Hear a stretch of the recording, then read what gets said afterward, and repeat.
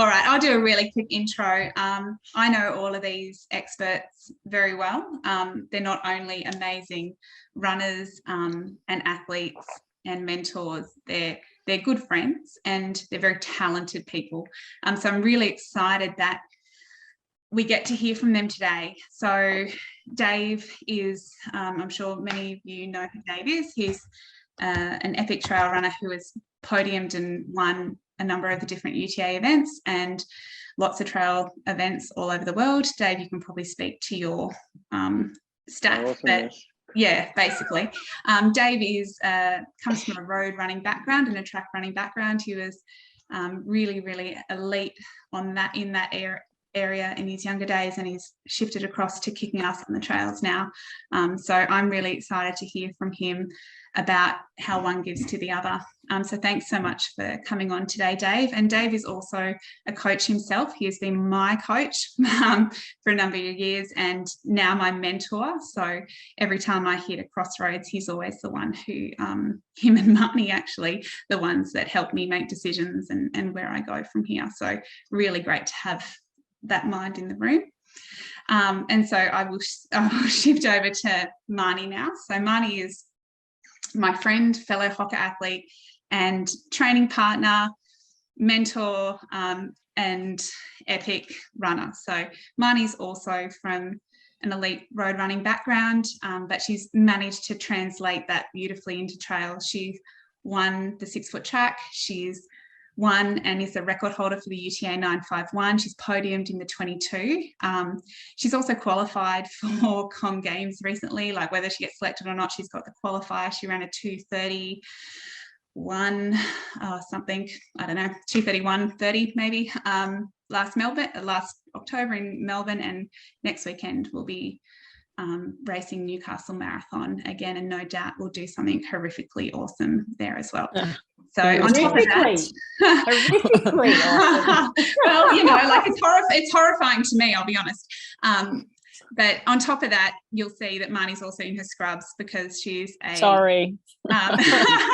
a nurse practitioner who works in ER. So, and she's got 2 kids. So she is, as does Dave. So she's evidence that, you know, anybody can do this if they value it enough, because she really lives and breathes running and sacrifices a lot to put it at the top of her world. And the last but not least expert we have today, and by no means least, is Judy Murray.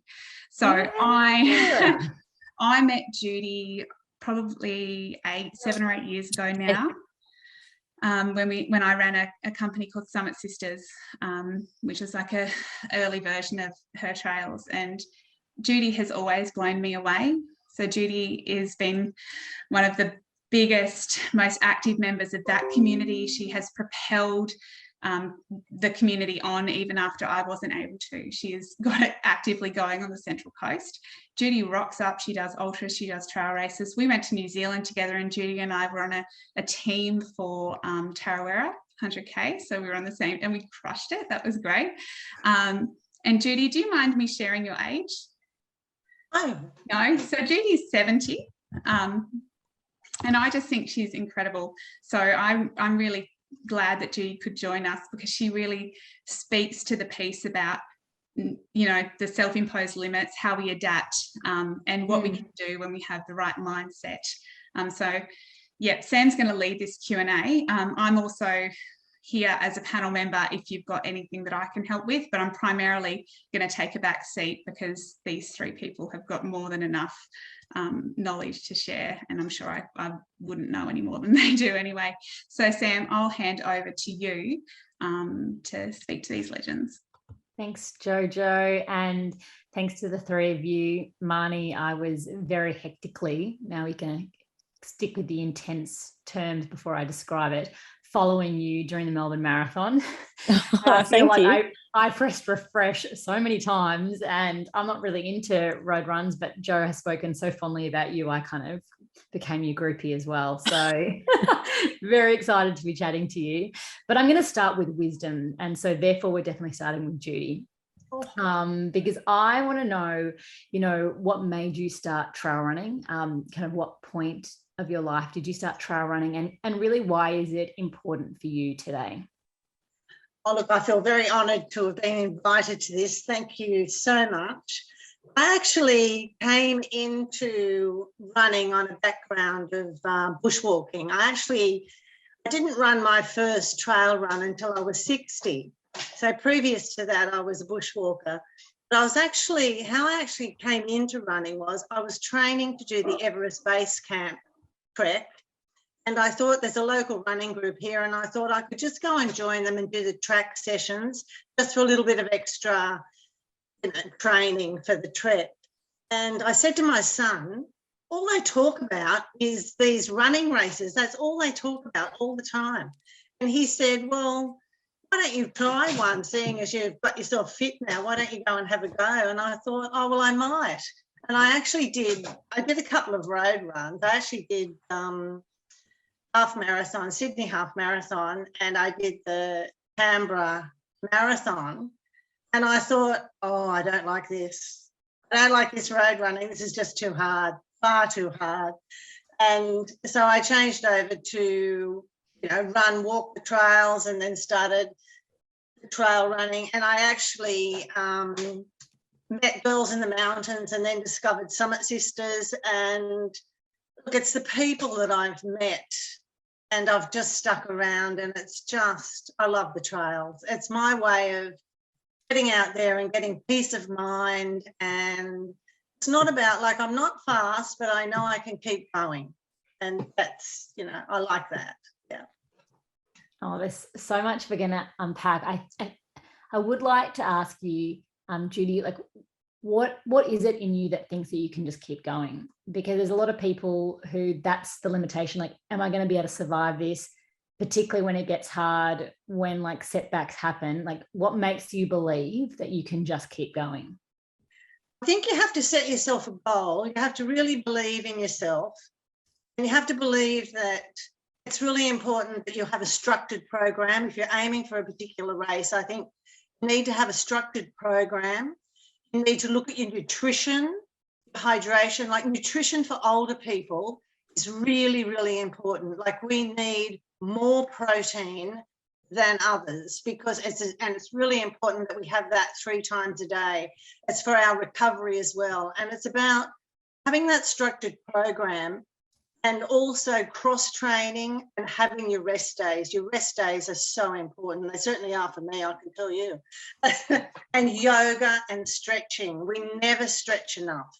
Like, we always think, oh, we'll do some stretching, but we never do enough of it. So I try and go to stretching classes as well.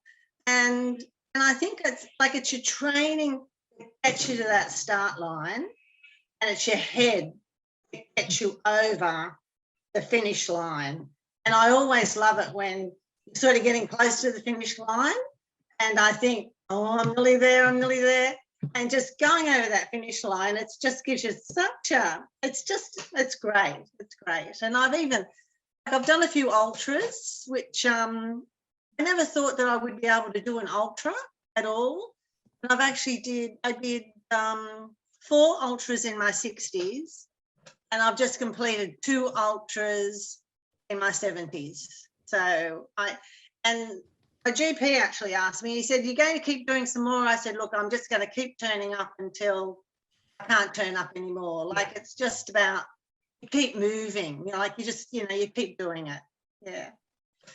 Yeah. Well, I think that's really wise, because you should keep doing what you can for as long as you can. But if you're smart about it, you're definitely going to be able to sustain it for as long as you want to. And it sounds like you live a really wise, holistic approach, which, is everything that we live and breathe. So more questions for you yet, but I'm going to head over to our road to trail to road athletes. So both Dave and Marnie, you started on the road, and you kind of go between both, like, depending on the race, although Dave, you definitely seem to be more at home on the trails these days.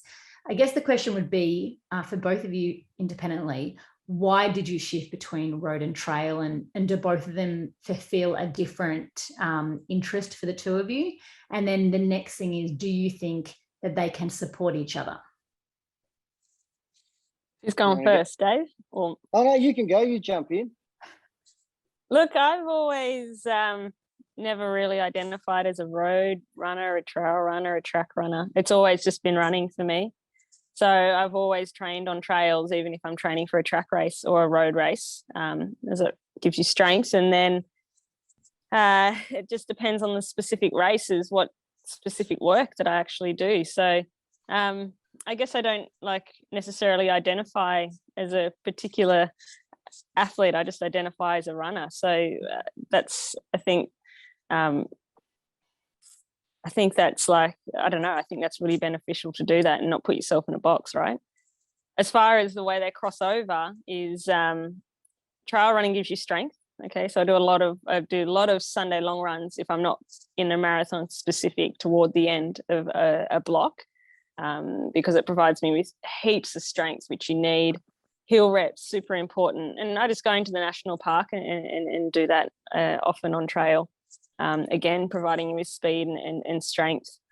So I think they definitely benefit like the trail benefits road, and vice versa. Road gives you speed, and then you can take that to the trail. So I think, you don't have to just identify as one particular type of runner. I think you can, do it all. Yeah. Do it all. Love it. Dave? Well, I was my early days were I was a purist track runner, really short stuff, so like 400, 800, and then progressively went longer and longer and longer as I got bored, to be honest, with the shorter stuff. And but then I had this gap where I stopped altogether. 06 after Melbourne Com Games, I was like, done, need a break, and I attempted to bulk up because being a distance runner my entire life, I'm a very small human. But I'm Maori, so I thought I'm going to get massive. Didn't happen. Despite all the protein and creatine, did not happen. And then we were filming, and we actually filmed. Back then it was called the North Face 100, so UTA, and we're there to film it. I interviewed Joe there. It was the first time I met Joe, and we're up there filming this thing, and we're seeing all these people doing something that I thought would have taken me a decade to prepare for. And these are just I shouldn't say normal people, everyday people, but they are. But they're doing something that I believed was so extraordinary that it was beyond my reach. And so I saw this thing, and that's when I got into trail running. After that, I was just blown away. It was the best experience ever. But specific to your question of how the two cross over, like Marnie said, it's all about, strength you get from the trails translates across to the road. Short stuff builds your engine. The bigger engine you've got, the more efficient you're going to be out on the trails. But also one other thing that I believe you get a lot of benefit from in road running, there's two things. One is the process. There's it's very competitive. It's very intense, and there's a process you go through mentally to prepare for an event that is quite intense relative to, say, a trail race. And I believe that teaches you a certain amount of resilience, but also teaches you how to apply, certain mental strategies that everyone here would have learnt through the program with you guys to the race day effort. But track and road sort of, it puts it at a slightly more intense level. And the other thing that I believe translates across really well for me is the competitive element of it. I found track and road is ultra competitive at every level. You compete against yourself, but others, and so on. But often in trail running, a lot of people sort of go there with a very casual approach to it of, I just want to get through it. I'm going from A to B. But if you bring a level of competitiveness, and it doesn't mean you're there to win. It could just be you're there to push yourself. You get so much more out of the experience, I believe, from doing a trail race. So that's where I see the crossover being really beneficial. I like that, because I think, there's running / doing a trail race and racing a trail race. And, you know, everyone in our program has, whether they see themselves as a competitor or not, they've literally done, they're up to week 14 of a program that's quite intense and holistic and all encompassing. And so they have all the mechanics in play physically to race this event. And so maybe you've all kind of coached people in different ways, whether through mentorship roles, through being a part of the community, or officially coaching. Can we talk about the mentality it takes to race, e.g., give it whatever is your best for that day, as opposed to taking a little bit of the pressure away because you feel that's a comfort?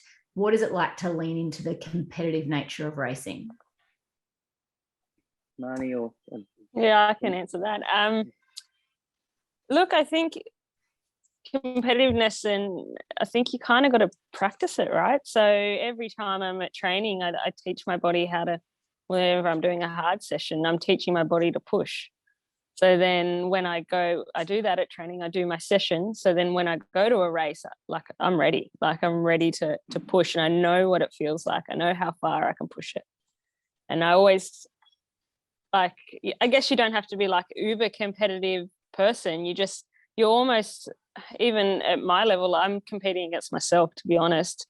I'm competing against, like, how hard can I push my body before it doesn't want to be pushed anymore? And then you end up with a result, and that's it. So you're just like pushing against yourself. I think to be competitive, like to get to a level where you can do that, I think it's probably more of a mindset thing. I think you got to be really accountable. You got to go, I think a lot of people will say they're just going to go for a jog or take it easy or whatever, because it takes away any accountability, right? Because then you don't have to show up, and then you don't have to be disappointed if you don't have reach your internal goal. So I think that has a lot to do with it. And like, people, I don't know if it's quite relevant, but people ask, like, they say, oh, you're just really good at running, it's easy. But the way I see it is, whenever I'm lining up on a line, it doesn't, the front of the pack or the back of the packer, I feel like that we're all going the same effort, you know? So like, that's the way I view it. Everyone's going to as hard as they can go. And so, like, I don't know, competitiveness is an internal factor and driven. It doesn't mean you want to have to beat everybody. It just means that you kind of want to reach your own goals. And I think that's what people need to remember. Yeah. Self-belief is a huge part of competitiveness. Self-belief and belief in your capacity to suffer and embracing suffering. And when I say embracing it, it's respecting and understanding that no matter how fast you go, it's going to hurt and be hard. If you're doing 100 kilometers, it's not easy. It's not comfortable. And if you embrace it, the more you embrace it, the more you're willing to suffer and understand how much you can suffer, because you can suffer an incredible amount. The more you'll get out of yourself. And as I said before, it's the more rewarding. I find that the harder I've had to work for something, and that's in running, everything in life, if I achieve it, it means so much more. If I've worked bloody hard for it, either in the lead up or on the day in this instance, it feels so much more, so much bigger and so much better, that, you know, it is worth embracing the suffering and digging a hole, but knowing that you can get out of it, you know? Yeah. I mean, Dave, we were recently in Tassie together with Jessie, and she raced in UTA last year, and she's racing again this year. And she did an incredible job. It was her first 100K race. She definitely didn't set up her mother to be a good support crew person. And it was a schmozzle of a situation, but she was just so relaxed about it that it's crazy how good she did. So on that hike that we just did in Tassie, Dave's like, I'm going to help you. I'm going to pace you to show you what it's like to be competitive and push yourself. So not everyone's going to have the luxury of having Dave run beside them. But Dave, what would be some of the things that you would show Jessie to help her do that? Like, how can you kind of describe those things for everyone else listening here? Yeah, look, that's a tough one, because in many ways it's kind of on the day, you know, addressing the fact that when someone's, you know, for example, you've got early climbs in the race, and you might be be there, trudging along and getting negative. It's all about trying to keep a really positive mindset. It's all about continuing the push, not always looking for reasons to stop or recover or slow down. We're always looking for reasons to go faster. It's sort of how we approach these things. So, for example, a lot of people do one of the climbs in a race, in UTA, but they get to the top and then they switch off. And it's like, well, no, you should be able to maintain that same level of effort on the flat stuff, which means you should be going faster. And then, a lot of people will run the same rhythm once they get to the top of a climb, for example. So it's just little things like that where people will often switch off. It's about keeping them switched on, and then troubleshooting or problem solving as we go, because that's a huge part of it. Is things are going to happen. You're out there for 12, 20 hours, whatever it is, something's going to happen. And that's all about troubleshooting and moving forward and making decisions and good decisions quickly, so that we're constantly progressing and staying as positive as we can. And that's a big part of how you can kind of get more out of yourself while you're out there. That's a large part of what we're going to try and do. Yeah, we will do. Yeah, exactly. Well, let's talk about troubleshooting, because Joe, myself, and Beck have talked about some of the challenges that the runners might experience. But when people haven't done a 50K, 100K event, you kind of need to hear it a few times, and you need to hear it from the perspectives of some other people who have faced it, and also what have been your approaches to dealing with it. So let's start with you, Judy, and maybe talk about, have you had a situation where your nutrition maybe hasn't worked and you've had any gut issues? I've actually been fairly fortunate, really. I haven't really had any gut issues, but I did the UTA 50 in May, and the issue I had there was, because it was a very cold day as well, the issue I had there was that I used a different pack to what I would normally use, and that was an error. I hadn't trained with that pack, and it was totally my fault. And I lost some of my nutrition in the pocket. I couldn't find it. And eventually I was able to pick some more nutrition up. But that was my error, and I learned from that. And also I hadn't had a proper structured program for that run. And so I learned from that too. I hadn't done hill repeats, which I should have done hill repeats or intervals, and I hadn't. But I finished the run, and I was very happy about that. Like I knew that I could come back and do this better than what I did on that day. And I actually went back recently to Tasmania and did 50 in Four Nuts, and everything went perfect. Like I had the pack that I had practiced in, I had the nutrition correct, I had the hydration correct, I had a structured program. So I learned from the previous 50, which I should have known because I had done a 50 previous to that, and 100. So I should have known. It was my own fault. But, that happens, and you just learn from it and you move on. Yeah, I love it. I'm going to go to two more race day scenarios, and then I want to go back to kind of like where everyone is in their training blocks right now and some challenges that people are facing. But Marnie and Dave, you can choose which one you want to take.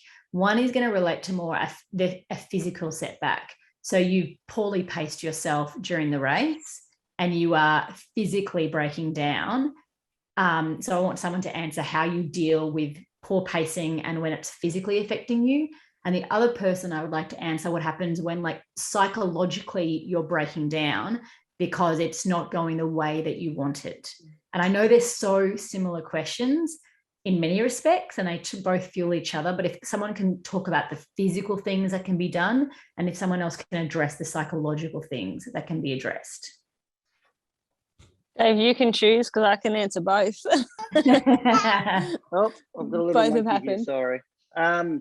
Look, for me, let's talk about the physical thing. So, look, when it's a little head, I'll just show you so it doesn't look weird. Hi. So, look, when physically, when you've gone out too hard, or even if physically you're breaking down for whatever reason, because it does happen. I'm a big believer in the full reset. So you get into an aid station and you essentially do a full reset. You kind of assess your position, reassess your goals, but more so you do a full reset. You wash your face, you refocus, you take a few deep breaths, you take your time, and you assess your situation, because you go, okay, why? You can try and analyze why it's happened. If it's got to do with pace, if it's got to do with, say, impact because of stairs, whatever it is. And then you go, and then you basically say, what can I do to get over this situation? Now, in many cases, there's not much you can do. Once the harm's done, it's all about embracing it and going, I've done myself a mischief. Now, what can I do to get on with things? And it's wash your face, freshen up, try and make yourself feel as good as you can, get some nutrition in, have some water. Sometimes you might have a little stretch, and then get on with it. And then and say to yourself, look, I'm hurting. That's the way it is. It's always going to hurt. Maybe this is how I would have felt if I was having a magic day, and just get on with things. It's the more negative you get, the worse an experience it'll be. So it's all about embracing these types of things. In my opinion, that's how I would work through that scenario. Yep. Embrace the hurt. Okay, Marnie, your turn. I love it. I guess for the psychological things, it's usually related to that you're going into a race and you have a certain expectation on yourself, or you feel like other people have an expectation of yourself. And if it's not going to plan, which has happened many a time, all I do is I consciously think and have a conversation with myself.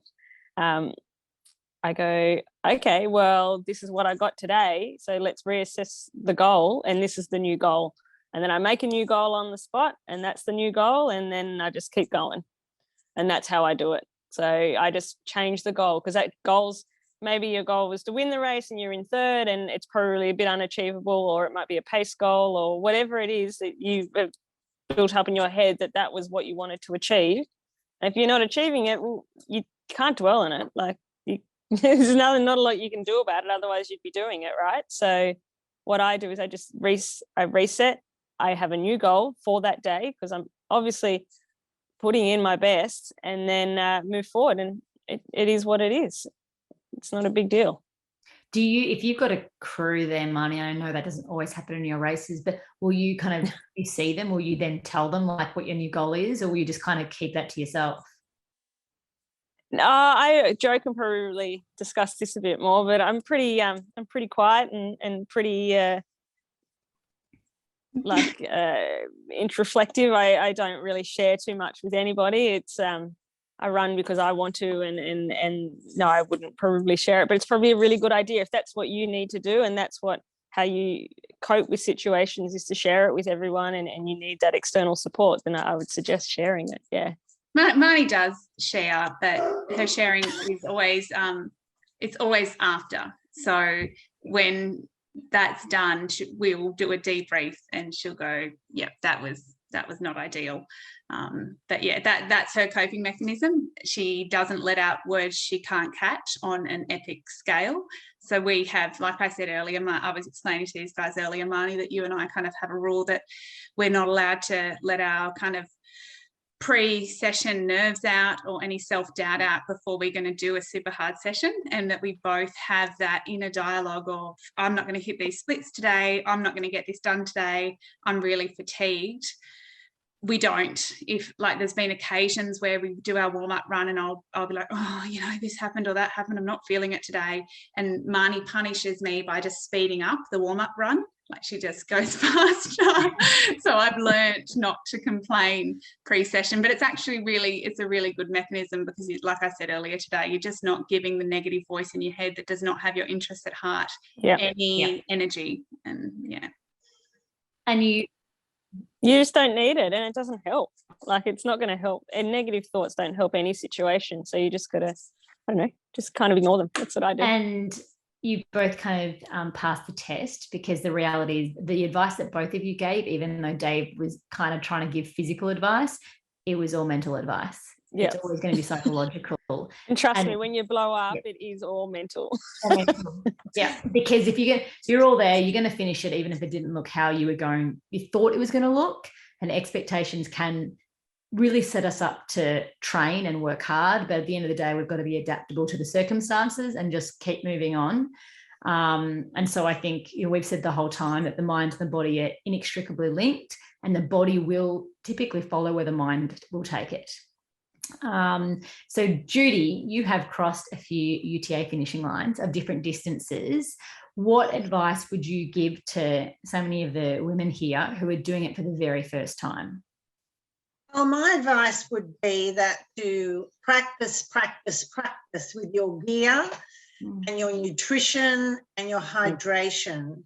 And hopefully you have some, supportive family. I'm very fortunate in having a very supportive partner who absolutely loves going to all of the runs and talks to everybody and knows everybody. But, And takes good photos. he Takes does. some great photos. He does. And also for the new people, not to have a time frame in your head that you want to do on your first one.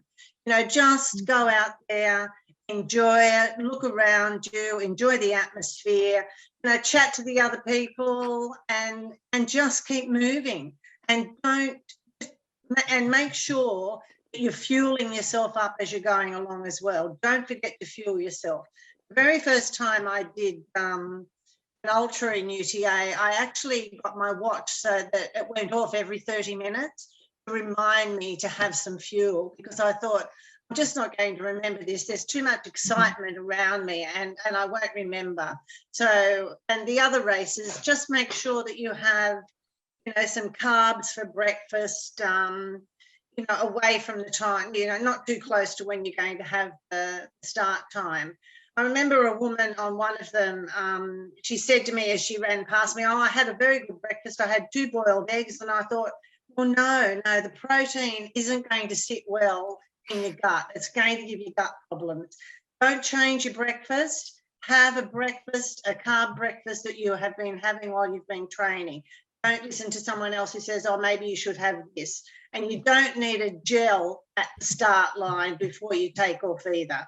Just need to have your stomach settled and just have your usual carbs that you have and enjoy it. That's it.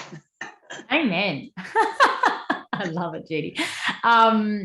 Okay, so Dave, we're week 14 in, when race weekend is, beginning of kind of May time.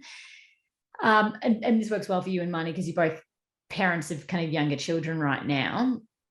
It's hard to get your training in sometimes when you've got work and family commitments happening. What are some of the strategies that both of you use to be able to prioritize your training, to give it the attention that you want because it's a goal that you believe in? Like, how do you set up your weeks, your preparation? What do you do to make it actually work? For me, I just try and be as adaptable as possible. So I always wear running outfits all day because I look for a window to be able to train. Yeah. So I'm always in my running outfit because when the window opens up, I'm out of it. And I might plan to run in the morning. Today I was meant to run in the morning, but I'm actually going to run as soon as I'm off this, I'm out the door. Because, I've got little monkeys to manage and stuff like that. So it's about being adaptable, but also, I'm a big believer in just do something. So, if the day doesn't go the way you planned for whatever reason, even if it's a 20-minute run, it's going to do you good. It'd be physically and mentally that you've done something, because it's all about incremental gains over an extended period of time, and all those little things stack up. The analogy I always use is the phone book. It was used with me. It's all about building the phone book. Every page, every run, or every element that you do, be it a strength session, yoga, stretching, whatever, is another page. And if you can if you plan on doing an hour or an interval session, but life gets in the way, 20 minutes, something, it all adds up and it all matters. And you know, at the end of the day, you'll look back, you know, you look at your diary or whatever logs you're training, and you'll see that there's something on every day or whatever, you know, you've ticked boxes, and you'll feel better for yourself and far more confident in when it comes to race day. Yeah. And always wear running clothes just in case. Do you wear them to bed, like so you can go if you get up in the night? No, not at night, but if early in the morning, yeah. Yeah. Definitely. Yeah, it syncs up. So we just say, like I've been saying all day, like you've just got to show up. Like we said at the beginning of the very program, it was like week 2 was the goal, just show up. And now it's actually more important than ever before, because if you just show up to the session and start it, you're most likely to finish it. But if you don't even have the idea to show up, you're giving yourself nothing. Yeah, it's like when it's raining. A lot of people sit there looking out the window waiting for the rain to stop, and often they miss the run, you know. Yeah, just get out there. And once you're 10 minutes into your run, you're bloody loving the rain. You're having fun, you know. It's just the start that sucks, but then it's the best thing ever. You get home and you feel like a superhero. Yeah. So and what about you, Marnie? Because, like, let's be realistic. There would be many people in your situation with your work and having 2 kids. Like, I mean, you're running a lot of hours, or training a lot of hours during the week. Like, how do you make it happen when so many other people say that they just could not possibly do it in your situation?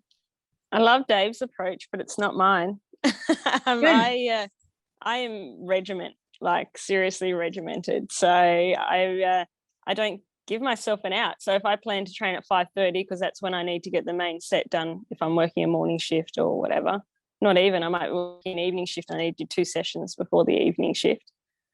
I'm up at 5. Like, of course I'm tired. Sometimes I don't finish work till 11. Sometimes I'm not in bed till 1. But I just don't give myself an out. I don't give myself an option to delay it, because when you start delaying runs, you never do them. You don't do them. I think when you delay, something's always going to pop up. So I'm just super regiment, and I know it's not for everyone. It's kind of, you can only do it for a short time, but that's how I fit it in. So like I have to prioritize my running right now, which is kind of can be tricky, but it works with the family. I'm up at 5. I'm out by 5:30 and usually dragging Joe. because I'm scared of the dark. So is she. Yeah, that's why we go together, because I'm in the same boat. But I think something that's important to highlight with Marnie's training, and I feel like I could speak to it because I do most of it with her, is that kind of sounds like, oh wow, she's running off 3 hours sleep. We've just spoken about how bad that is for you to not prioritize sleep. And no, but Marnie does prioritize sleep as well. Like Marnie does shift work, but she does 3 shifts a week. And I know that if Marnie has nights of 5 shifts, whatever, you do nothing. She does prioritize rest and sleep. And there are occasions where she'll go, I actually really need to sleep. And she does those on the days where she knows she can move her run to 6 o'clock or later. So if there are occasions where, which there is often for Marnie, where you are forced to have 5 hours sleep or whatever to get the work in, that's in and of itself, if it's a planned thing, not the end of the world, as long as overarchingly you're not doing that every single night, which you don't. I reckon you just, night, do you? Yeah, if you plan to run, you should run. That's what I reckon. Like if you can fit it in, and there's no, like obviously if it's family and you know the kids are sick or whatever, that's that's different. But if it's just because you want an extra hour and then you're delaying it, and then you don't have enough time now before work, you just got to prioritize it, which is super tricky and can be super annoying. But I think if you get into a mindset where you don't give yourself an alternative, like it's not a question. I think I've done it for enough builds right now that it's not a question. I don't wake up and go, oh, should I delay this because I'm a little tired? I don't let that kind of talk get into my head. I just have the routine, and the body knows what it needs to do. The other thing about Dave saying running whenever you can, in the phone book and like building the book, it's so true. Like when I speak to Dick Telford is my coach, he always says, Marnie, you never regret a run. So that's like a little mantra that I have when I don't feel like a run, or you never regret it. As soon as you start and you finish, it doesn't matter if it's 10 minutes, 5 minutes, 20K, 30K, 37K, it doesn't matter. You never regret it. You come home, you're like, yeah, that was good. It doesn't matter what it is. I'll add to that because I've had a bad patch, probably a month ago, Man, where all my sessions, I just started to be slower and I was tired and I would turn up every day and I was getting really deflated. And Marnie's tough on me, but she just run past me at lightning speed and go, just get the work done, just get the work done. And this became a mantra for me. And it wasn't about ignoring signals of overtraining or any of that. It was about that when you're working really hard, some days you're not going to hit your time. Some days you just got to get out the door. And that key thing is just get the work done. And, adjusting the goals method that Marnie explained in the race, it's important that translates to training sessions as well. Because some days, I think everything you do in the race, you train in training. Everything I do, and that's mentality. When things get tough, when you're not hitting times, you do in training. So then you're prepared for the race. Yeah, exactly. And then the final question, because one component that most people don't really train for is to have a support crew. And then it becomes this significant factor in like UTA, where you've got a support crew person in definitely the 100K. And I think, is it one spot in tell me how often in the 50? Jo, you have spectators, but only the 100 use. We'll talk about the 100 then, because a few people are doing that. What, wrapping up, would be your advice of what should you be preparing your support crew with? Hitting with Judy first.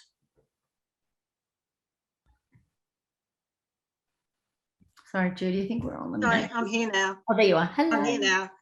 Now, look, the support crew is extremely important. And I had some very good advice from a friend of mine about support crews. And what I did was I actually typed out a list and I laminated it so that my support crew didn't have to ask me. I didn't have to tell them.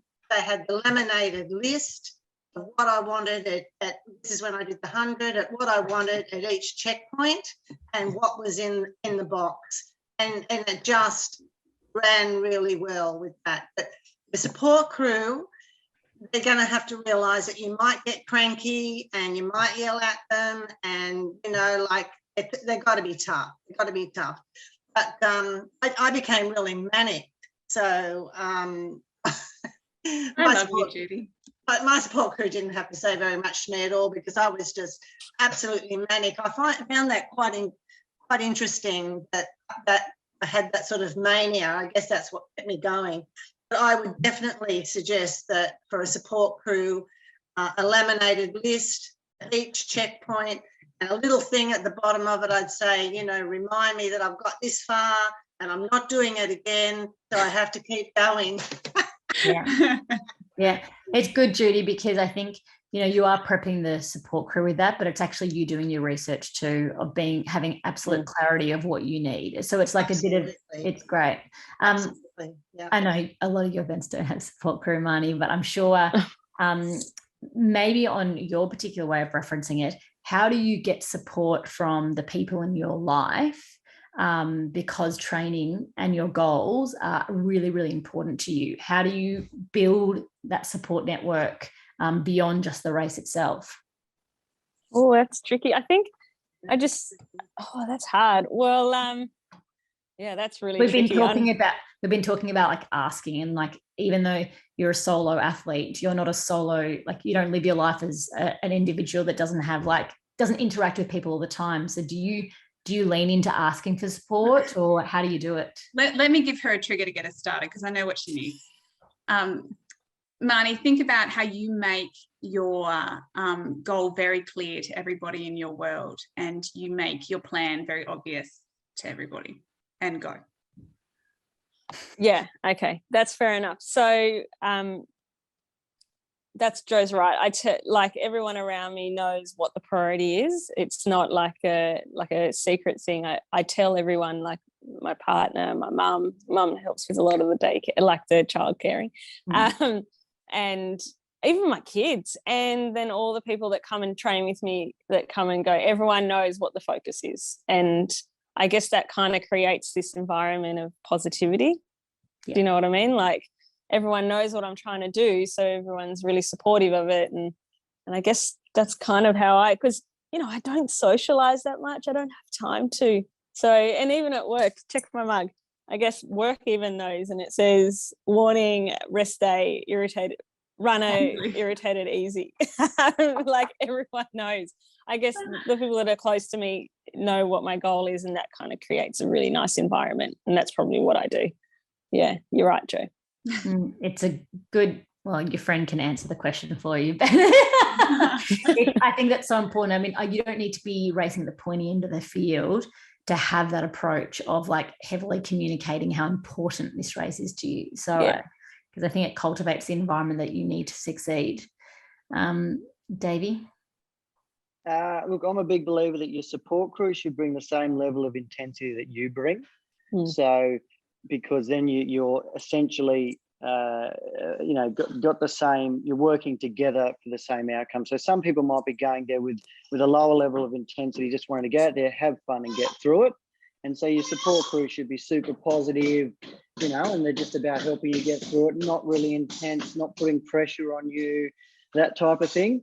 Others are out there with a specific time goal. So your support crew should be aware of that, the splits you want to hit and keeping you moving. And others are there to, if you're right at the pointy end, well, it's Formula One stuff. You don't stop, you're moving through a checkpoint and you might be rude.